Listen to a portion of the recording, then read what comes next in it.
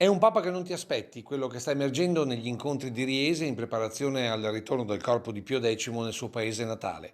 E anche ieri sera in municipio il Giuseppe Sarto, testimoniato dalla storia, è ben diverso da quello che è stato descritto finora.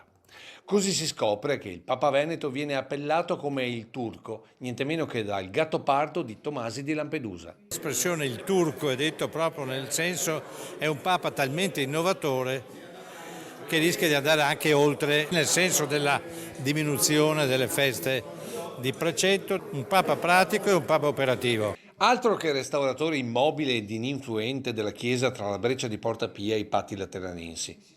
Pio X, sin dall'inizio del suo pontificato, procurò delle scosse salutari nella dottrina della fede con la sana praticità della gente veneta, che peraltro aveva già applicato quando da vescovo di Mantova aveva già intuito, nelle prime timide partenze, cosa sarebbe stato il dramma dell'emigrazione italiana di fine Ottocento. Ecco perché le Ferrovie dello Stato e l'amministrazione comunale hanno deciso di dedicare al Papa Trevigiano la stazione di Mantova. Il 5 novembre ci sarà questa intitolazione per ricordare un vescovo che nel 1887 ha pubblicato uno dei primi documenti sull'emigrazione, una lettera pastorale che si interessava a questo problema, a questo fenomeno. Il vescovo di chi andava a catar fortuna, oggi patrono dei trevisani nel mondo, grazie allo spunto di un emigrante della sua terra. È arrivata da Bennimonico, questo è il suo nome, partito da Riese e è andato a Guelf.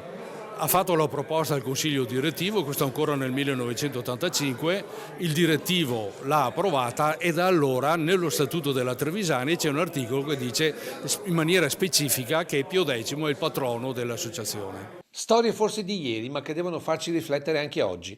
Basta infatti solo leggere questo titolo e guarda caso pensare a Lampedusa oggi, scoprendo poi che in realtà appartiene ad un articolo della Gazzetta di Mantova del 1877. Anche per questo noi riteniamo, valutiamo la figura di Pio X molto contemporanea, anche se parliamo di contesti storici completamente diversi, alcuni problemi come sono i famosi cicli storici che ritornano di Giambattista Vico tornano anche adesso, sono più attuali che mai.